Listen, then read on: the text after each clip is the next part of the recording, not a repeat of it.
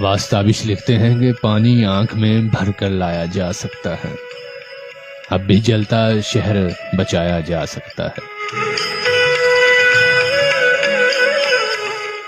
एक मोहब्बत और वो भी नाकाम मोहब्बत, लेकिन इससे काम चलाया जा सकता है।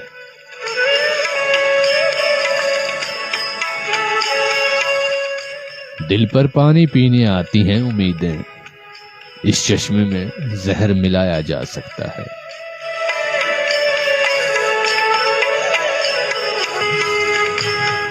मुझ गुमनाम से पूछते हैं फरहादो मजनू, इश्क में कितना नाम कमाया जा सकता है।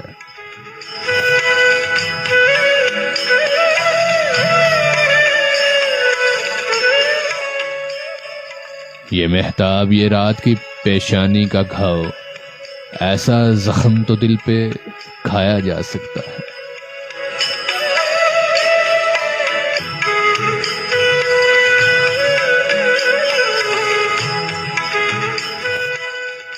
फटा पुराना ख्वाब है मेरा फिर भी ताबिश, फटा पुराना ख्वाब है मेरा फिर भी ताबिश, इसमें अपना आप छुपाया जा सकता है।